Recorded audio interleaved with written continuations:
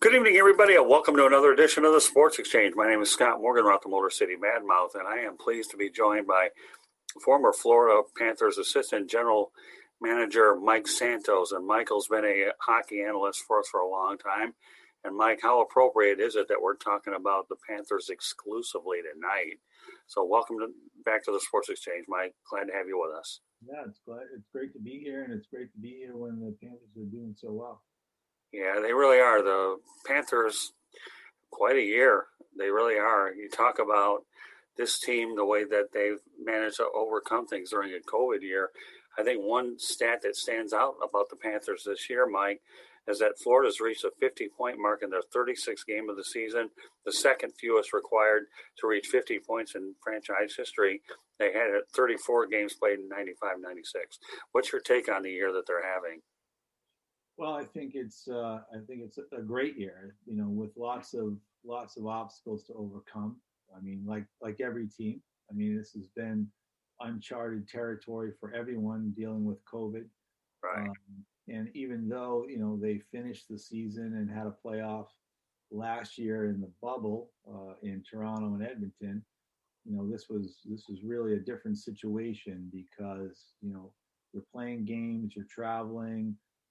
You're playing a lot of games against the same opponents, which is always difficult, and you're playing at least up until this point in time in front of really no fans. I know there are teams now that are starting to bring in minimal amount of fans, but it's all been different, even different from what teams like the Panthers experienced in the bubble last year.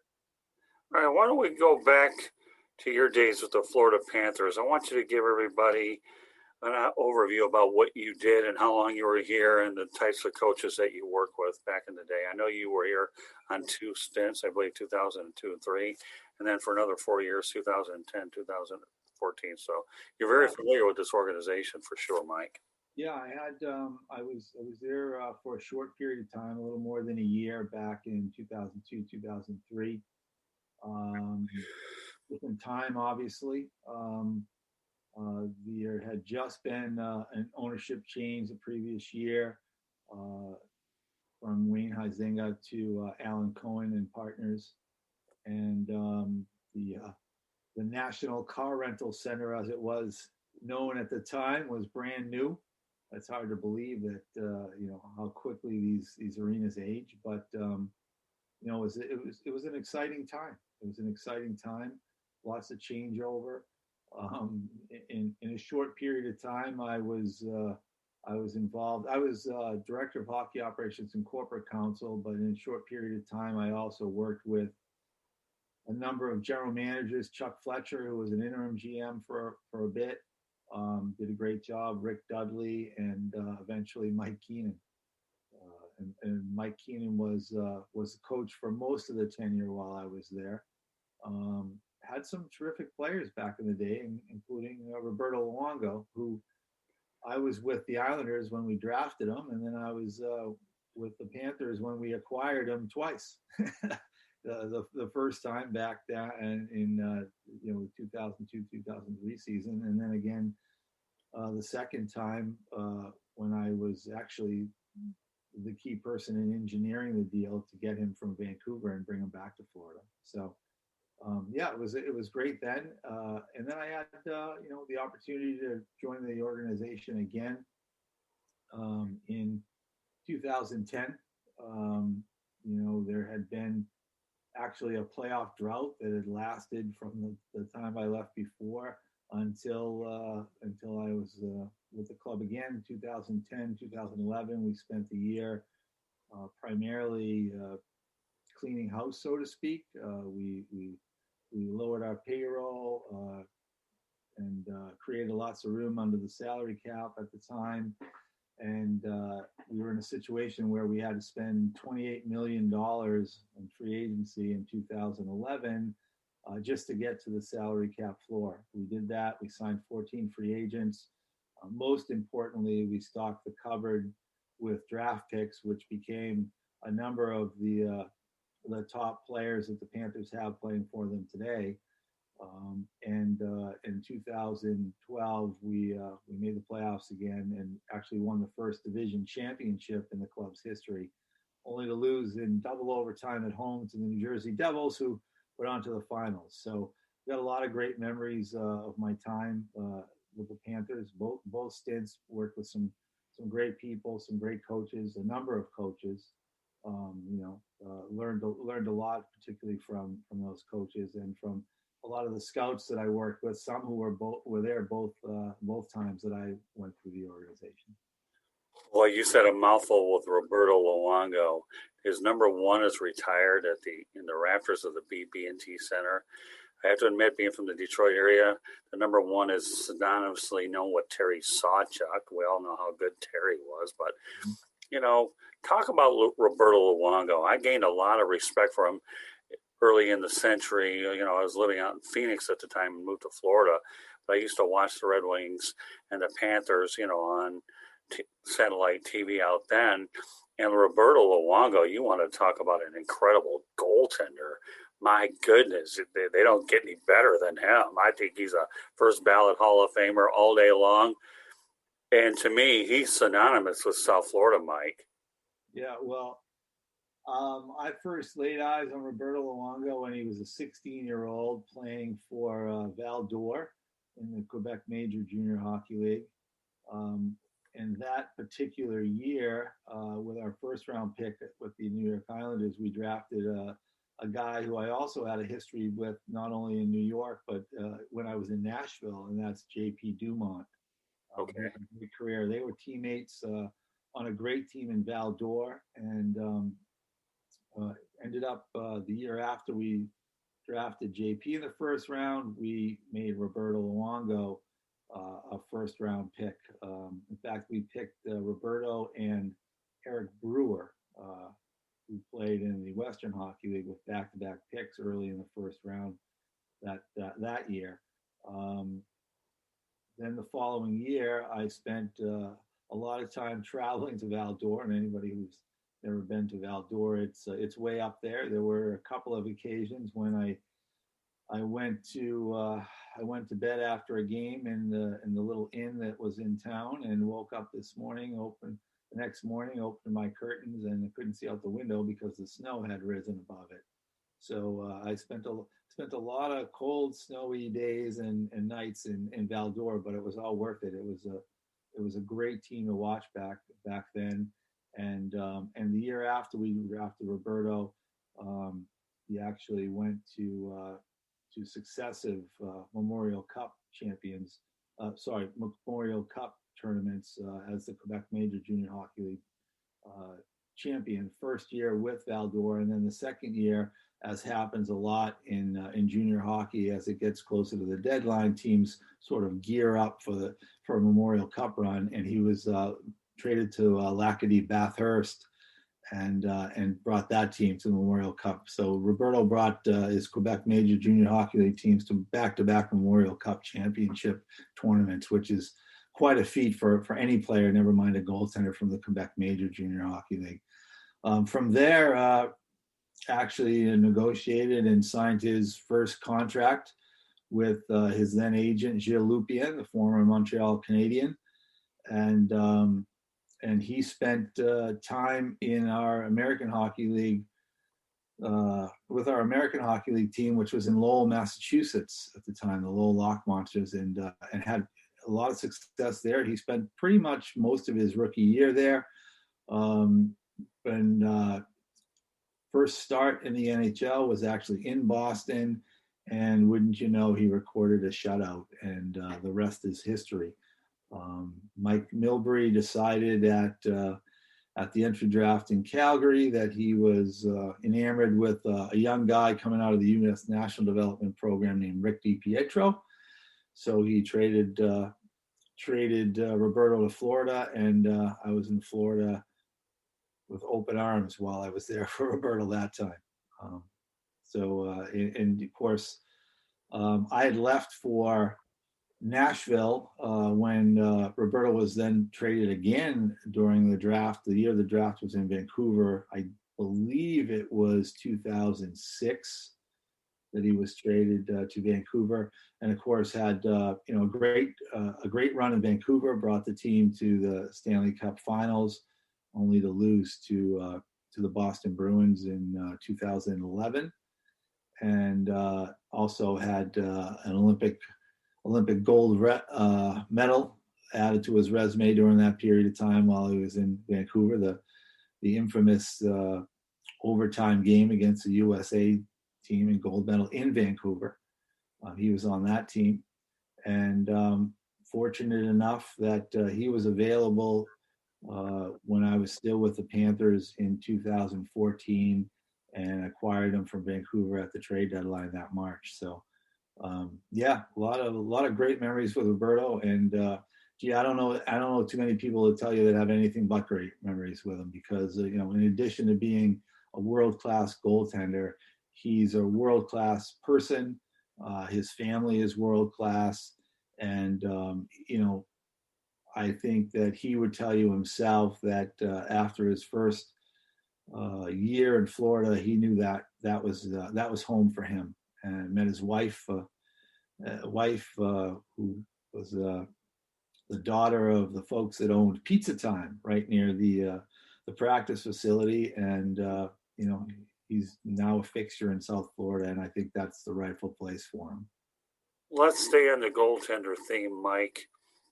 The Panthers went ahead and signed Sergey Bobroski, who's now 32 years of age, on July 1st of 2019 to a 7-year, $70 million contract. He struggled his first year. I'm going over some of his numbers: 23 wins, 16 losses, and 9 losses in overtime in 50 games. Had a 3.23 earned run average with a .900 save percentage. They were, obviously those numbers were a little bit low. But when you talk about the person that Bobroski is, obviously on March 13th of 2020, actually pledged $100,000 for part-time workers during the COVID-19 situation. Do you feel that Sergey Bobroski probably pressed a little bit during his first campaign, knowing that he had to live up to that contract? He may have. I mean, I don't know Bob personally. I've certainly been in organizations and that have played against him. He's a terrific goaltender. There's no doubt about that. I don't know enough about him personally, but I would think that a situation like that would give a goaltender some comfort, knowing that he's going to be there for a while, knowing that they've invested the type of contract in him, that he's going to be the guy. But there was probably some adjustments. I mean, there's definitely an adjustment playing in a place like South Florida. And it's not necessarily the things that you would think, but, they're all things that become an advantage. But they are things that take time getting used to. One is the fact that you've got nice weather all the time, and there are things that are distractions, and I don't mean that in a negative way, but there's things you can do in South Florida in the fall, winter, and early spring that you can't do in other places around the National Hockey League. That's number one. The second thing is, and a lot of people don't realize this, but Florida's got as tough of travel as anybody in the National Hockey League. I mean, if you look at the map, I mean, you've got Edmonton way up there in the northwest corner, and then you've got Florida way down there in the southeast corner. And so, nobody travels in the National Hockey League as much as those two teams. So that's an adjustment, and particularly with a goaltender, because when you're the number one guy, you're going to be the guy in probably 70 to 75% of the games anyway, which means you're going to play a lot of road games. You're going to play a lot of games without with a lot of travel involved, not so much a lot of rest, and many times some back-to-backs in tough places on the road. So I think it's just things that take a little time to get used to. Especially in his past. I mean, he played in places like Philadelphia and Columbus, where the travel is significantly less. and a lot easier than it is in Florida. And the climate's different. Everything's a little different. So I would chalk it up more to that. And by the way, I didn't think he had a bad year his first year. Right. It just pales in comparison to how well he's playing this year. And I think you're seeing the real Bobrovsky now, and the guy that they gave that big contract to. I think he's a fantastic goalie, and they've got really good coaching around him. Right. Well, I think the sky's the limit with what he can do there. You see what a guy like Vasilevsky's done in Tampa. Right. Not only winning the cup last year, but he's been, for me, head and shoulders above the rest in the NHL so far this season. And that's where things have changed a little bit, particularly in the last 10 years, anyways, maybe even less, where European or even Russian goaltenders, since Dominic Hasek, let's say, have become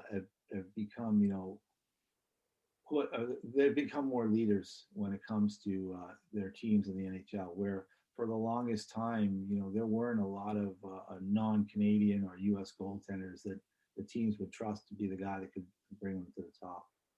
Well, I mean, you said it about Sergey. He's having a fine year. I mean, as of last night when he beat the Red Wings, his record stands at 14-5-2 with a 2.82 goals against average. So there's no question year number 2 is certainly much better than year number 1. So that bears itself out. So let's talk about the Panthers.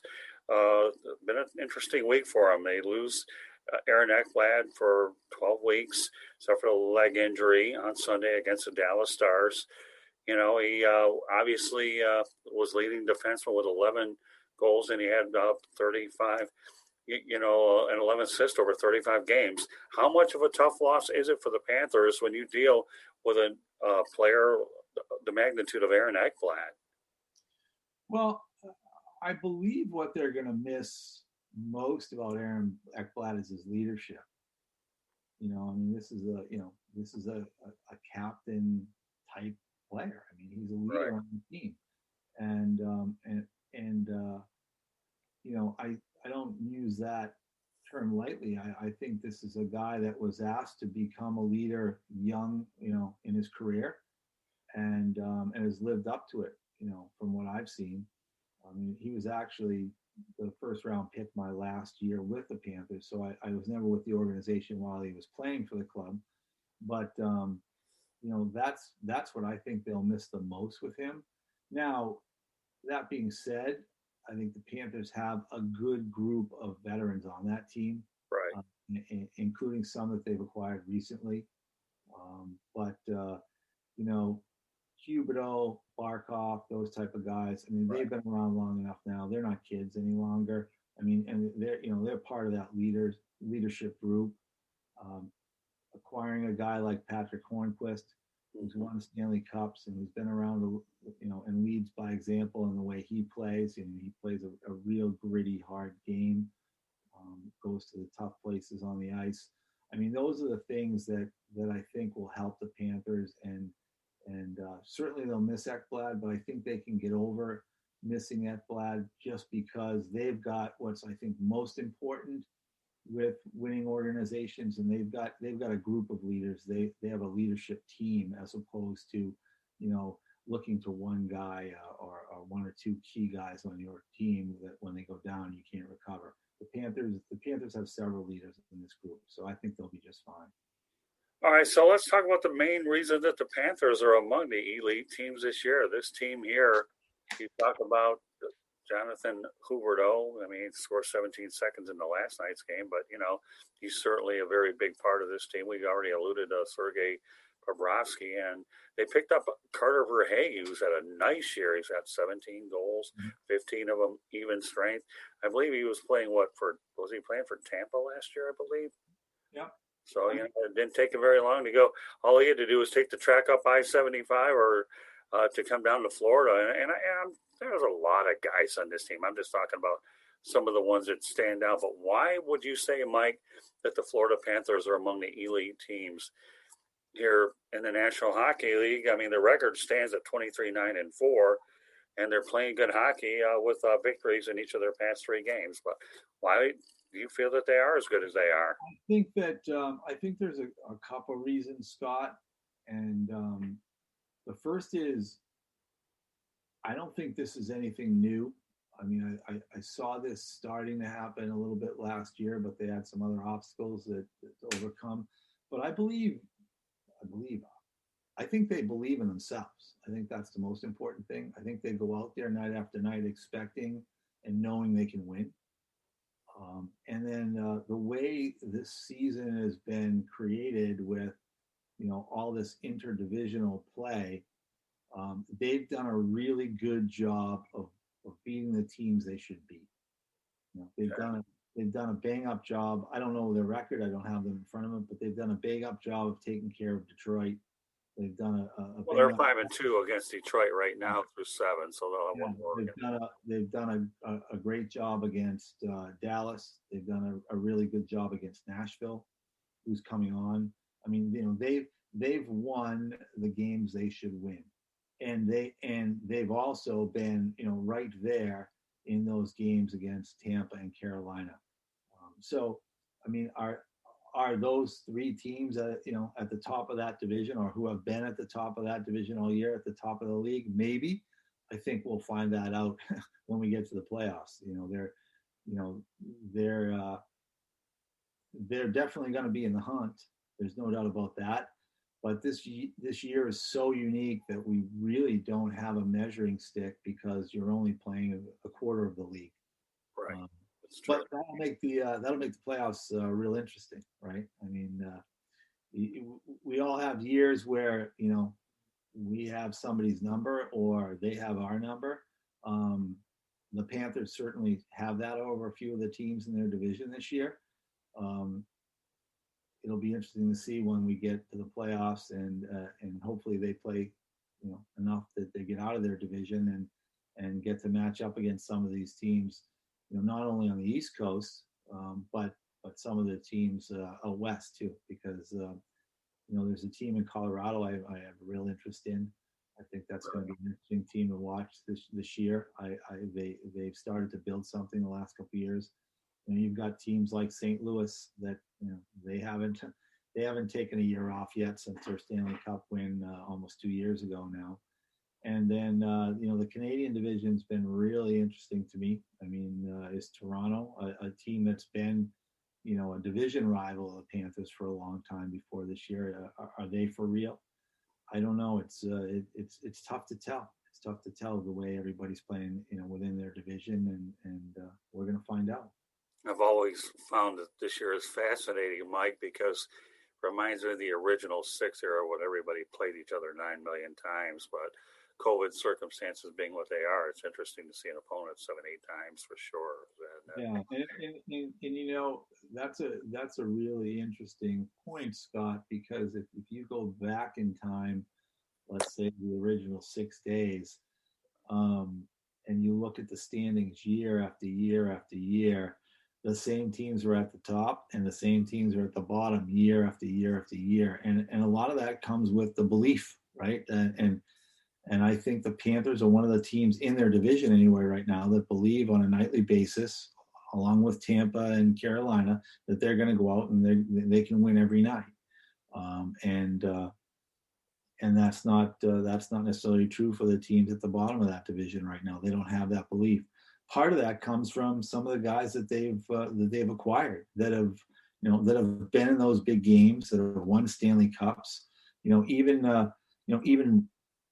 I would call them role players like Cherry or Vetrano. I mean, Vetrano's got I think 9 or 10 goals this year, but he's got a lot of big goals. I can tell you that. So when you have guys like that, and those are key guys because your leaders, have not necessarily been in those type of games yet, right? I mean, Huberdeau hasn't been in that type of game yet. Barkov hasn't been. They've played in some playoff games, but they haven't played in those kind of games. They haven't played in the Stanley Cup Finals. Even your goaltender Bobroski. I mean, he swept the Lightning 2 years ago. In goal, but he hasn't been in in that Stanley Cup final or even that conference final yet. But guys like Vetrano, for instance, or Patrick Hornquist, just to name a couple, they've been there. They've been in Game 7s in the Stanley Cup final. So Right. that goes a long way. So it's not just having depth on your team, but it's having a depth of leadership that I really like about this Panthers team. And they've done a nice job. They meaning their management team. Billy Zedo and Paul Krapelka. I mean, they've done a nice job of coming in here and not ripping things apart, because there really wasn't a lot of things broken with this team. Mm-hmm. They just needed to give them, a few things here and there, and give them the opportunity to develop the leadership and develop that belief that they can win every night, and that's what they've done really well. Well, I can tell you right now that as the Panthers continue to play more meaningful games, and you are right, they've gotten a lot of contributions from other players outside of the superstars that they had. A different player steps up every night. All of a sudden, national television, they take notice later on in the year.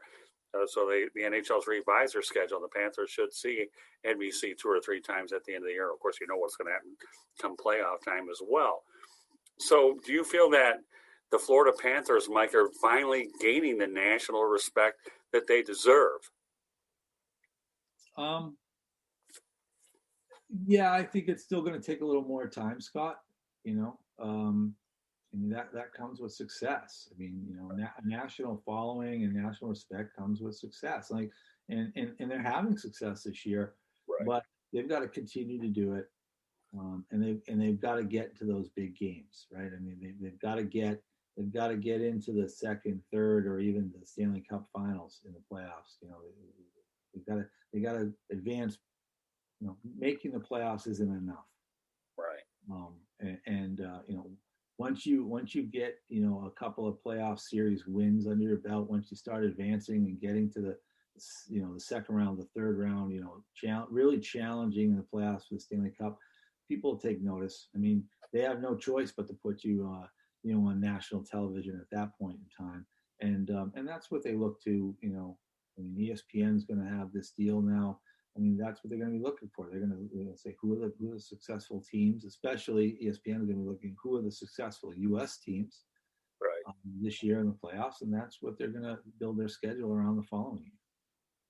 Yeah, it kind of reminds me a little bit of Monday Night Football. If you have continued success, you're going to be on Monday Night Football all the time. If you don't, you're on there for 1 year, then they take you off. But I think the Florida Panthers right now are obviously, the longer they continue to play the way they are, people will take notice of them. So they'll have plenty of opportunities to try to avoid the Rodney Dangerfield thing, and that's maybe to get some respect. And, again, what we've seen so far this year, I realize we have a sample size here, and we have a lot of good hockey up ahead over the next 6 to 8 weeks, especially as we close in on Memorial Day. We're going to find out very quickly, what everybody around wants to know. Are the Florida Panthers for real, Mike? Well, the best thing that can happen to the Florida Panthers, in my opinion, and to hockey in Florida, particularly South Florida, would be a playoff matchup with the Tampa Bay Lightning. Okay. These organizations have been around for a quarter century now, and they've never met in the playoffs. And that's where rivalries are built. I mean, it's nice that they share a state. It's nice that now finally they're in the same division, and the way that the playoffs are constructed in a normal year, not just this year, there's a chance they can meet in the playoffs. That's what's really going to spark a rivalry, a real rivalry. That's what's really going to spark interest, not only in the state of Florida and in South Florida, but that's what's really going to spark national interest, is when you create rivalries. I mean, it's those are the things that get created, year after year. When you start meeting the same team in the playoffs. I mean, back in the 80s, for instance, I remember the old Adams division. When you had Montreal, Boston, Quebec, Buffalo, even Hartford, when the first two rounds were those same teams battling each other year after year, guess what? When the Bruins and the Sabres, go 7 games in 1986, well, guess what? The next year in September and October, November, and December, people want to go watch the Bruins and Sabres play because of what happened in that playoff series, and national TV wants to put them on because of what happened in that playoff series. So that's one thing I would love to see happen, and I think it would be a great thing for hockey.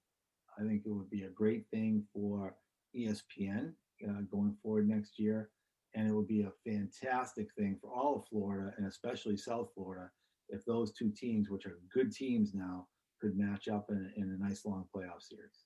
Well, I guess two rivalries that stand out in my neck of the woods, Detroit against Chicago, was always a blast to watch. And we can't forget about the Detroit Red Wings and the Colorado Avalanche. Boy, were those nasty too. But what about Edmonton and Calgary? They get ugly up there, don't they? Alberta. Those are, back in the day, Montreal and the Quebec Nordiques. Like those are the things that develop. But it's unbelievable that in 25 years that these two teams have never met in a playoff series, and that's got to change, and that'll be the one thing that I think will send hockey fans on their ear about the Panthers and the Lightning. Well, believe it or not, a matchup that I would be intrigued to see this year would be the Florida Panthers taking on the Carolina Hurricanes. Oh, they've had some interesting matchups this year, for sure. And they've gone at it. So, and the irony, believe it or not, with the Lightning and the Panthers is for at least the 2021 season, they share the same American Hockey League affiliate with the Syracuse, I believe, Crunch, right? Because the Charlotte Checkers are not playing this year. So, they have a little bit of nastiness with their minor leagues where, it was great for the Sunshine State that they went ahead and were willing to work together under adverse circumstances, because I think it's good for the state in general that the Panthers and the Lightning are sharing the same minor league affiliate this year.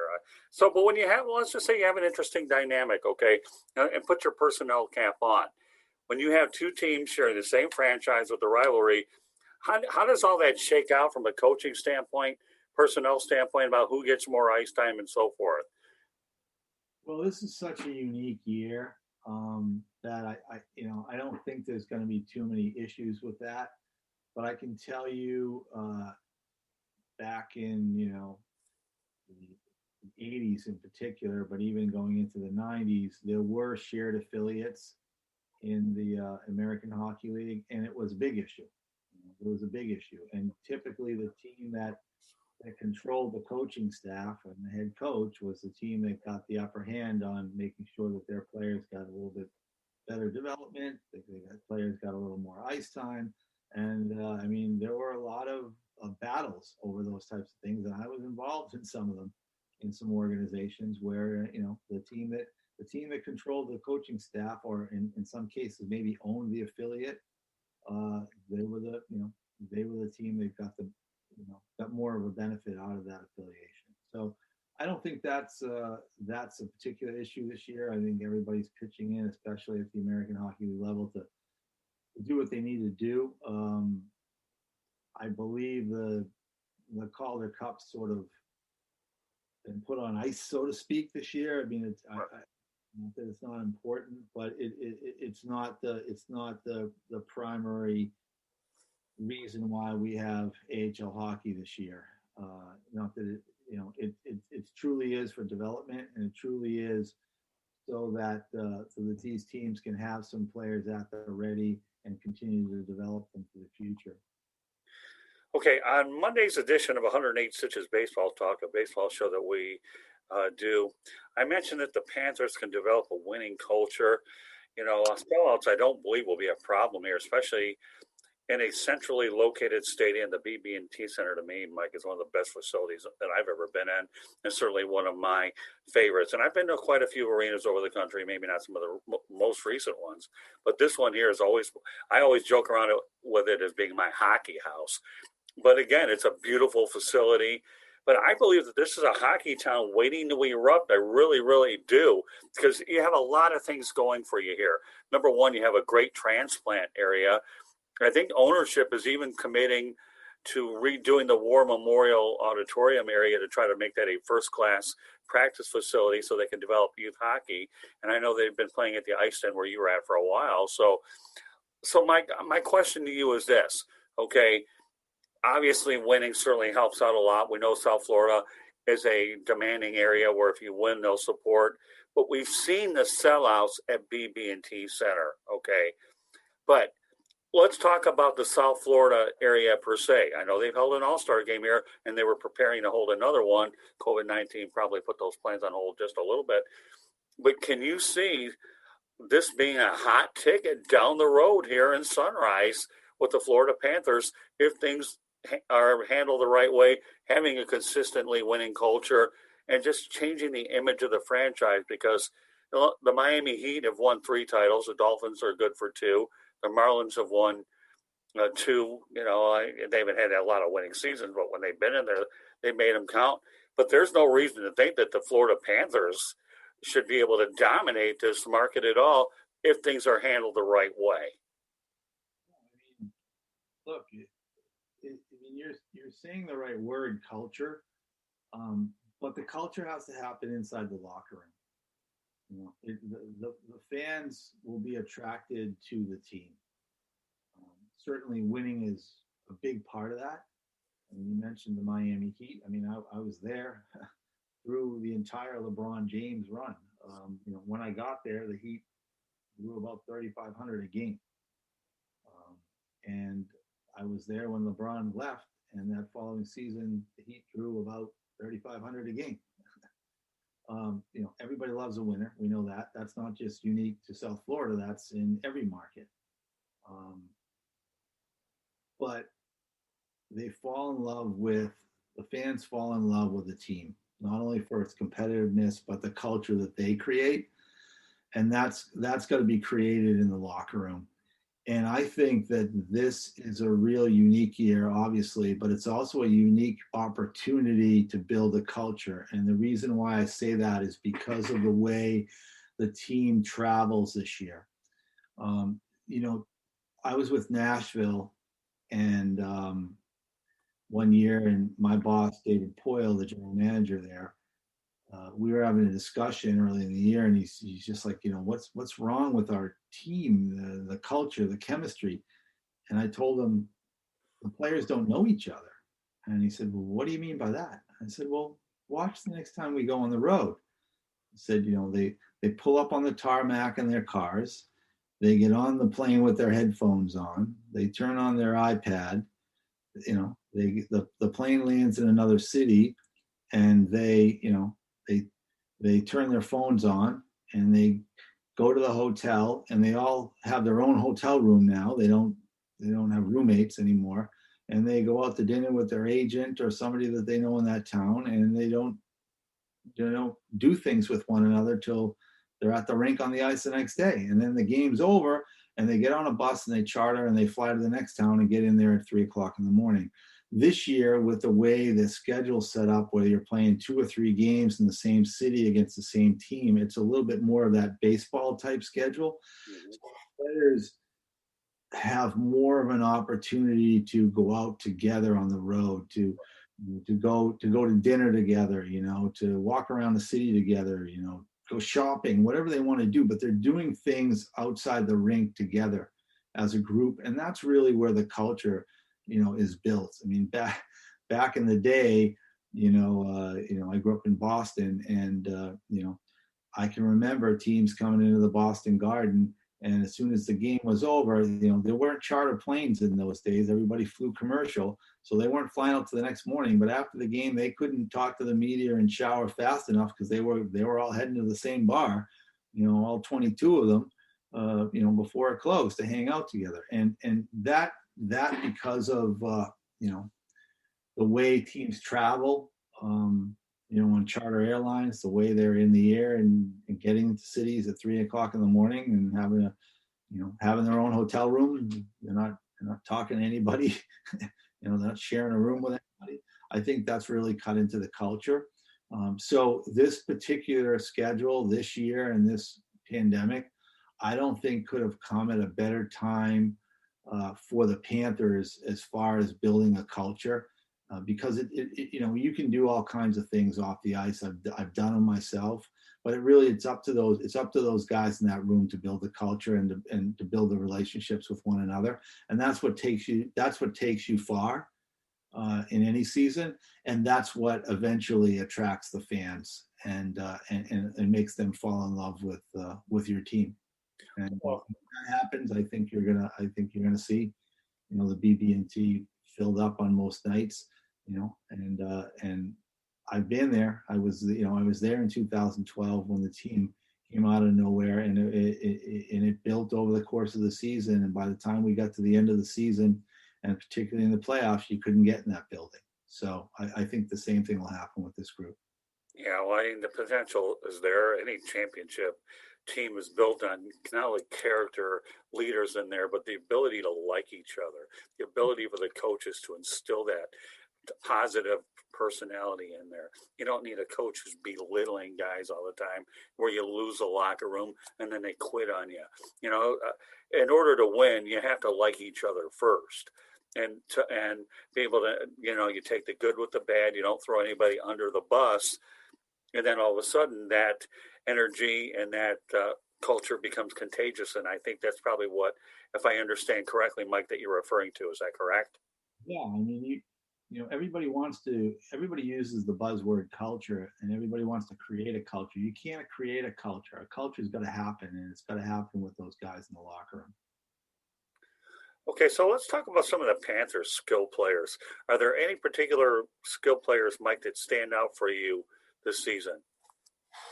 Well, the skill players that stand out for me are the skill players that, frankly, I have stood out for me for a number of years, and guys that I was a part of drafting. I mean, Alex Barkov. I mean, he's as skilled as any player in the league. I mean, he's the Jean Rattel of the era. I mean, he's just slick and smooth. I mean, he's got as good as all around skill as any other player in the league.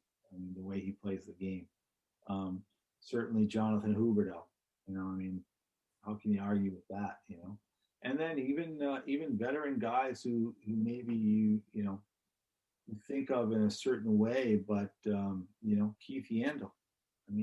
How do you play that style of game for that long and be that durable without being highly skilled? I mean, he's this highly skilled, defenseman. I mean, he may not be, the rough and tumble guy back there, but that's not what he does. He plays a skill game. I mean, Brian Leetch never scared anybody for the Rangers, but he's a Hall of Famer. So, those are three guys just off the top of my head. And then, of course, a lot of times we overlook how skillful goaltending is these days too. And you have to certainly have a skillful goaltender in Bob. Yeah, well, it's funny how you talk about Keith Yandle. Being an old school guy like I am, I love Ironman streaks. I really do. And Keith Yandle, what I have seen when he ended up hitting, his milestones, I think they went out there and honored him, and had a night for him after, I think the Carolina game where he, you get these new Ironman milestones. You think of Cal Ripken, you think of Lou Gehrig, you think of a lot of other guys. But let's talk about Keith Yandle, a very high character guy. What do you know about Keith Yandle, and how important is he going to be down the stretch with this team? Because he obviously can provide leadership, but not only does he provide leadership, but he leads by example because he goes to work every single day. Yeah, no, I know a lot about Keith Yandle because he's a Boston guy. I knew him. Right. I actually know his family very well. His father, and I know his uncle, who was my age, and so I know the family. It's a good Charlestown family. They've been involved in hockey forever, and there's certainly I would say even a part of hockey royalty in Boston, which is really something, particularly when you're from Charlestown. So, I don't know what more I can say about the kid. I mean, when you play, like you said, when you come to work every day, and you're able to do that and keep yourself, healthy. I don't care who you are. You cannot. You've got to be dedicated to the game 24 hours a day, 7 days a week, because you just cannot accomplish what he's accomplished. Um, Particularly talking about his Ironman streak, if you don't have your act together off the ice. So I think that's where it begins. And he's a skillful player. I mean, and I don't want to compare him to Brian Leach, but he's going to play that style of game. He's not. You don't sign Keith Yandle to push guys around in your own end. You sign Keith Yandle to get the puck out of your own end quickly. To make that right play on the point of the power play, whether it's to get the puck on the net or whether it's to make the quick pass to set somebody else up. I mean, he's a cerebral player, and he's highly skilled. Yeah, I mean, I'm impressed with his overall demeanor and the way his teammates love him. But then again, I see a lot of that type of thing with this team, that just the way they rally around each other, no matter how difficult the circumstances are. So with that said, okay, let's talk about the Joel Quinnville factor. The guy won 3 Stanley Cups with the Chicago Blackhawks. He's been around forever, won a lot of hockey games, and he seems to be a very stabilizing influence. So why don't you just give everybody out there your perception of Joel Quinnville?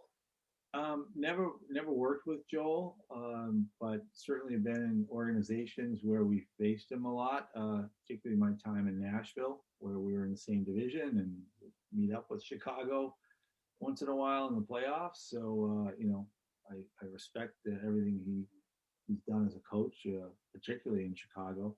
But I think not to undercut what he's done. But I think the most important thing that's happened with Joel Quinnville is he's provided some stability in that position and stability for that locker room. I mean, Joel Quinnville, I believe, was the 10th coach the Panthers had in 10 years with the previous GM, and that's just not a way to create a winning hockey environment. You just can't have that many coaches, And I could probably rattle them all off for you right here in about a minute. But the fact that he brings that stability, I think every day that the players look at him and they don't think like, well, he's going to be gone at the end of the year, or he's going to be gone next year. Having that feeling is important to these players, right? That, along with the fact that he commands respect because he's been successful and he's been a winner and he's won Stanley Cups. So I think that's the biggest thing that Joel Quinnville brings to the room. The X's and O's are important. The work behind the scenes are important. But at this level, honestly, I mean, these guys on the ice have to be motivated enough to do the things we talked about with Keith Yandle, to take care of themselves, to be dedicated to their teammates, to dedicated to the game, to do the preparation work, whether it's on the ice or off the ice or in the film room, getting ready for game after game. I mean, those are things that the coaches are a part of, but really the responsibility lies in the players. I think, again, the biggest thing that Joel Quinnville brings is stability and respect. Well, I mean, the Panthers have had their fair share of bit well-known coaches. Roger Nielsen, everybody views him as one of the better hockey minds out there. Gerard Gallant had a short tenure, but it was successful here. We know about Mike Keenan being a hard-nosed type of coach. He kind of reminds me a lot of John Tortorella a little bit. And then, of course, you have Joel Quinnville, Mr. Stable. I've won 3 cups. I've been around forever. And, of course, a lot of people that are probably wondering about the broadcast, he's from I believe he's from Windsor, Ontario, right? I think he's in the Windsor Spitfire area as well. So, but Joel Quinnville, to me, so it's not like the Panthers haven't had good coaches, but there seems to be a certain feel about Quinnville that you have compared to some of the other ones. Do you notice that as well? Well, again, I mean, I'm not saying the Panthers haven't had good coaches. They've just had a lot of them. Okay. And when you're a Jonathan Huberdeau, and when you're an Alex Barkov, and you come into the organization as a young guy, and the first 6 or 7 years you're in the league, you got a different coach every year. That's a problem. Right. That's a problem. for whatever reason. And now you've got a guy who's your coach who you respect what he's done.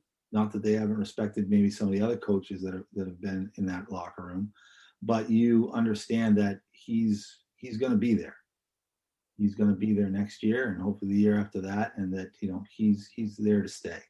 And I think that and part of that again goes to what I mentioned a little while back in this conversation, the fact that you've got a management team there now that understands that you don't just tear things apart, that you've got to have some stability, and you've got to, they have to prove themselves to this group of players too, right? I mean, the management team's new here. The players, a lot of them aren't.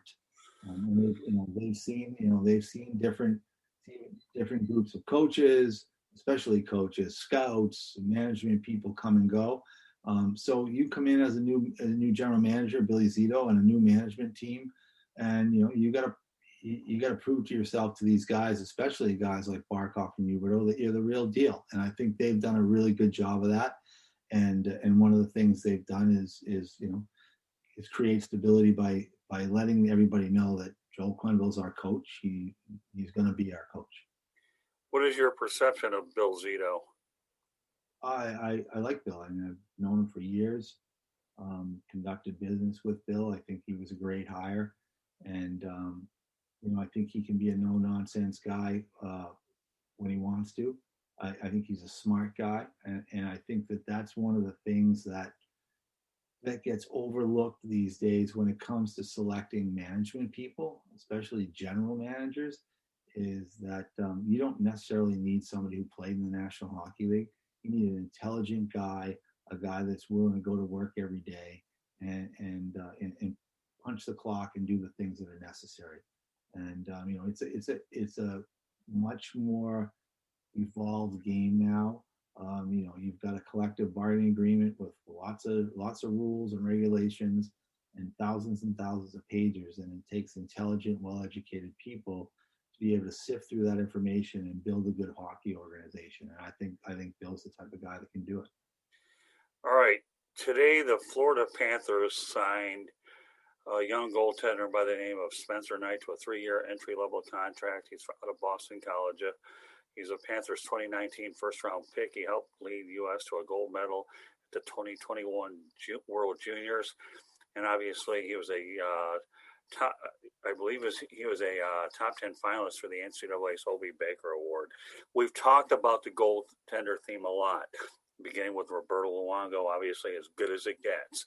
Sergey Bobroski will be here for a while. Obviously, when you sign an entry-level contract, okay, then you have a little room to develop. But I think the thing that I was intrigued about with Spencer on the media availability today is management convinced him it was a good place to be, and I think he's really looking forward to working with Sergey Bobroski. So what do you know, Mike, about Spencer Knight? You said you know a lot about this kid, and I know that you're around the game a lot. What do the Florida Panthers have to look for with Spencer Knight? Well, he's, for a young kid, he's already played in big-time games, right? Right. Junior gold medal game. He's been in big-time games at Boston College for 2 years. I mean, this kid's a high-level talent.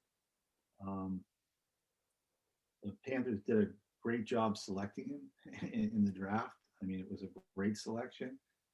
Now comes the tough part with any goaltender or any talented goaltender for any organization, and that is giving the player time to develop properly. And goaltenders take a little longer to develop. Okay. And I think it's a good situation for the kid to get into because, as far as I know, Bobrovsky's not going anywhere soon. Right. And so I don't think you want Spencer Knight, opening the door at the end of the bench as the backup goalie in Florida. I think, and I would believe that the Panthers management team made it known to Spencer that they want to get him in the organization so they can help him develop, but that his job is going to be to get lots of shots in the American Hockey League, probably for a few years. Again, the goaltenders take longer to develop. They also last the longest in the league. the great goalies in this league are playing well into their 30s. Pecorini's 36 this year. Right. When I was in Nashville, we actually put Pecorini in the American Hockey League for a third year. We're crazy, but you've got to let young goalies develop. You got to let them play a lot. It's a lot better to play 60 games in the American Hockey League than 15 in the National Hockey League. And in games in the National Hockey League as a goaltender before you're ready can really kill a confidence. We've seen so many guys just get the net too early and they disappear. And so I think that that's the plan, which I certainly believe the Panthers management's smart enough to do that, and they've got enough smart goalie people there, including Roberto Luongo, that Right. they'll move along slow.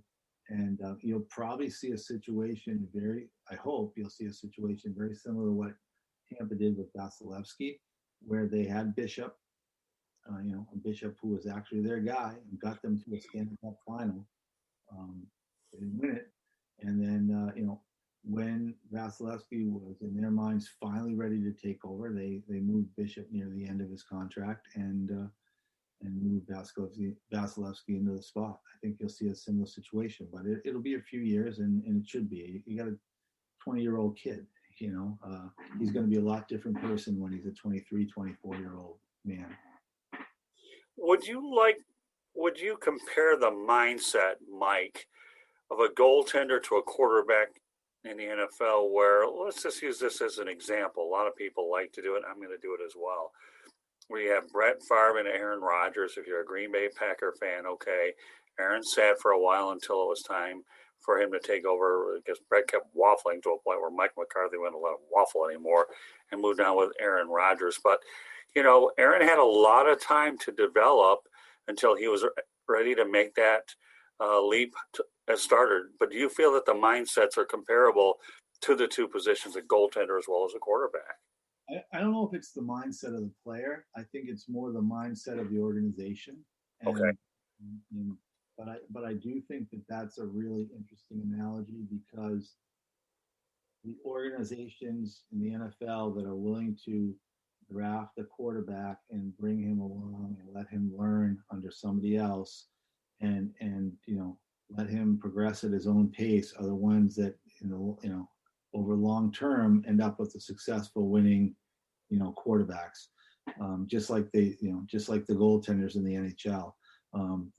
The first round picks that end up under center in the NFL in the first year, end up with careers like the 19-year-old goalies that end up in the net in the NHL, and you don't hear about them after 3 or 4 years. I mean, Johnny Manziel, for instance, or it's just very hard to take a young person like that and put them into those important pressure type situations in a man's game.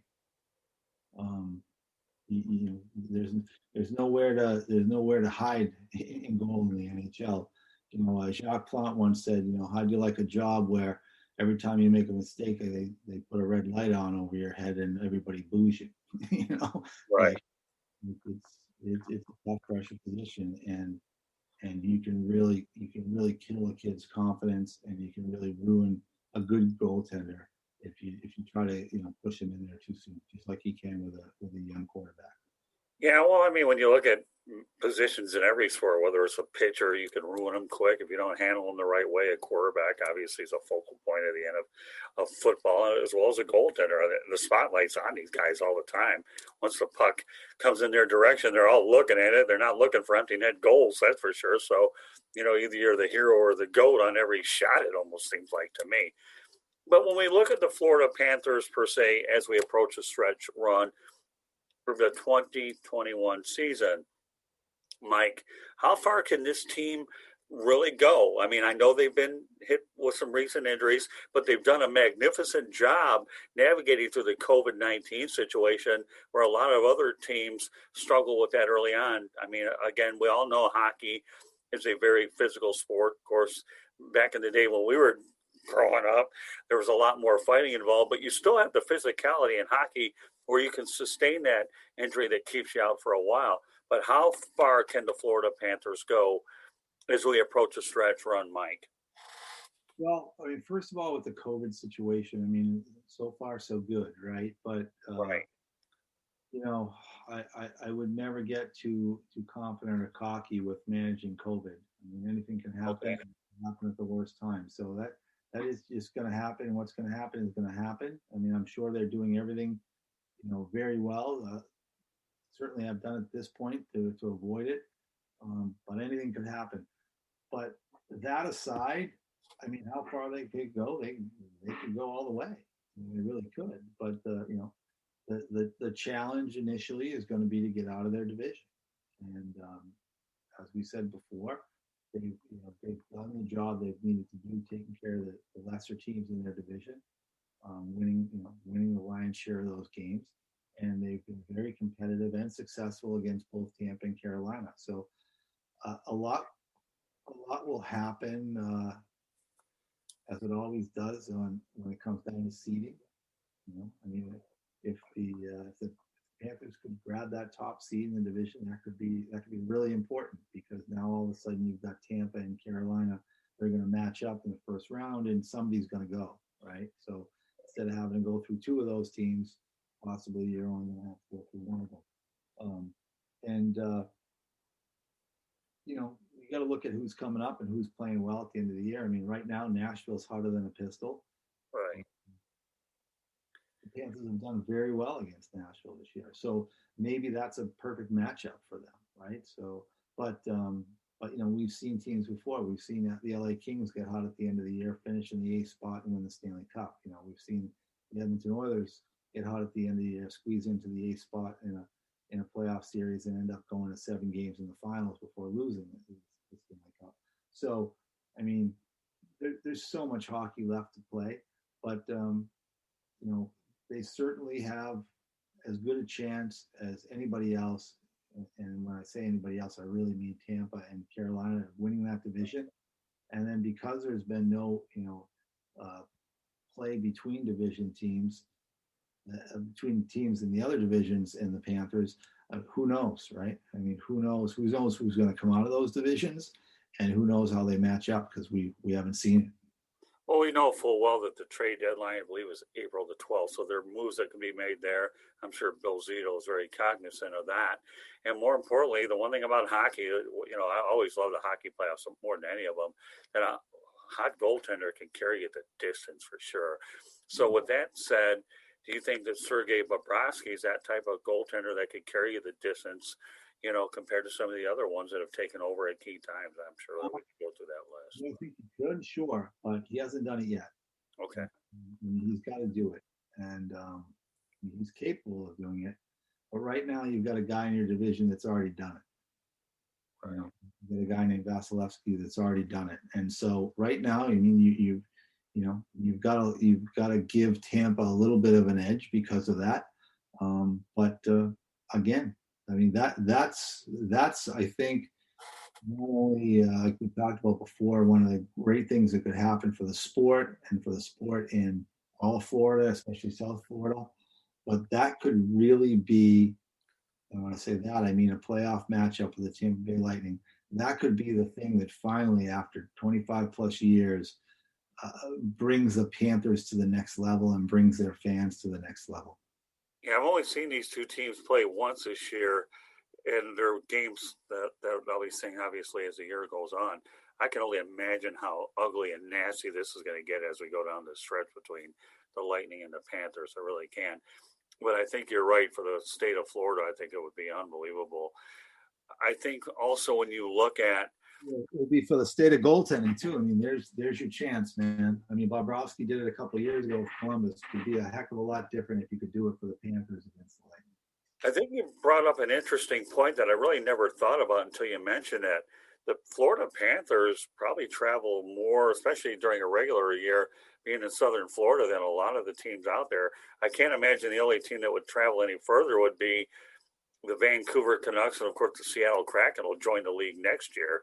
But the Panthers do have a lot of frequent flyer miles for sure, and I think a lot of people underestimate the fact that this team, obviously, does travel, especially during normal circumstances. This year, I don't think their travel schedule is as demanding because everybody's broken down into geographical areas. So, do you have any closing thoughts about the Panthers in general? I know, again, you've seen a lot of things over the years. I know you work with Dell Talon. Is that correct? For a period of time?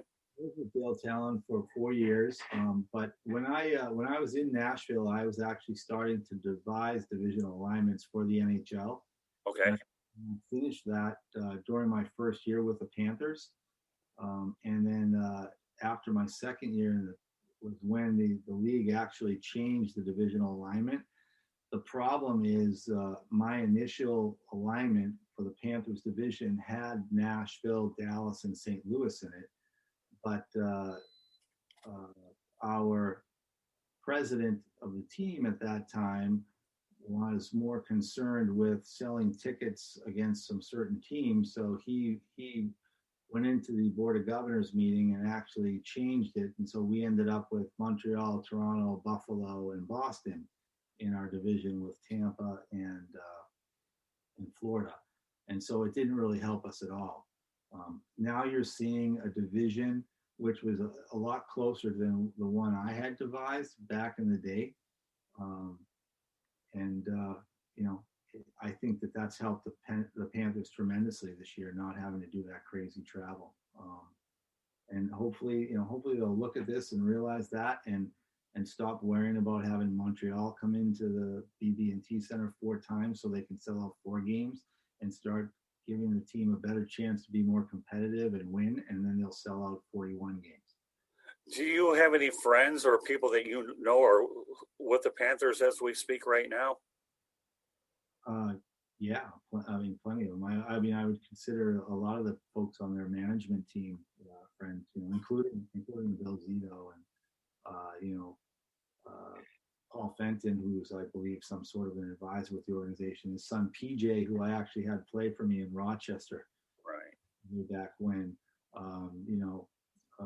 Blake Jeffrey who's a kid I had in with the U.S. National Development Program when I was a commissioner in the North American Hockey League, and then when I was with the Panthers, we drafted him. So, plenty of folks, including I would consider Roberto Luongo a friend, and Robbie Tallis, goalie coach. I mean, the list goes on. So there's plenty of people in the organization, and I'm really excited that the success that the organization is having this year is coming our way. I did spend a brief time with the ownership group, especially Vinny Viola, Doug Sifu, and terrific people. So I'm glad to see all this is finally coming their way. Yeah, well, I mean, they deserve it. Like I said earlier in the broadcast, Mike, beautiful arena, great location, and the thing about this organization is they can draw from Dade County, Palm Beach County, and Broward County. And again, there are a lot of transplants in the area, but I don't think they should have to rely on transplants if they're taking care of their business. So I think this is a hockey town waiting to erupt. It's just a matter of being able to put all the pieces together, and one can only hope that continues. By the way, folks, this is the Sports Exchange. My name is Scott Morgan, Rough Motor City Badmouth. Pleased to be joined by Mike Santos.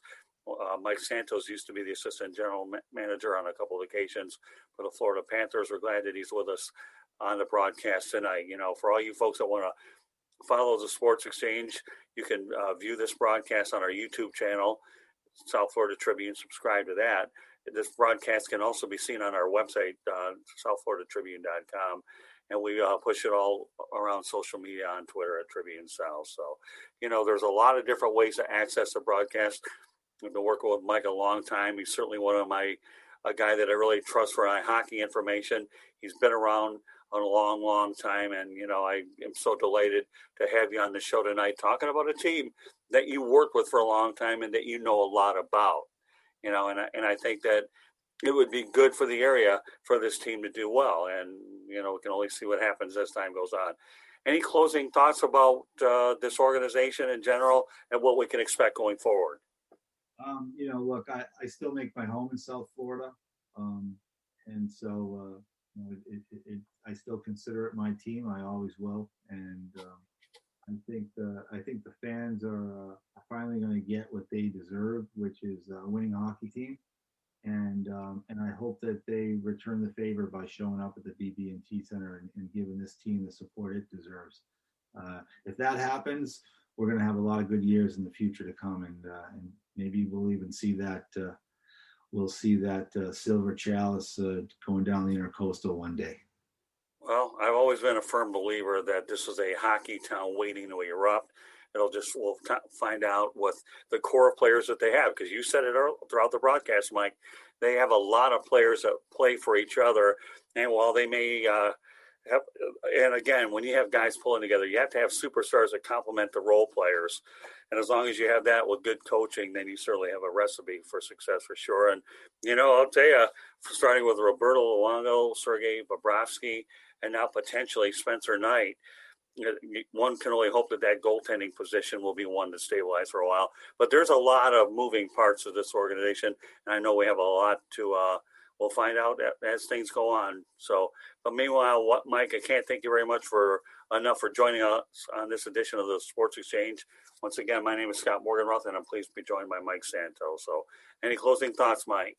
Well, that's all I have. It's past my bedtime. I can't stay up for the West Coast games anymore, Scott. Getting too old. So. Oh, you know what? I can appreciate that. But meanwhile, I appreciate you staying here on the Sports Exchange with us and talking Florida Panthers hockey, Mike. So God bless, and thanks again for being with us, Mike.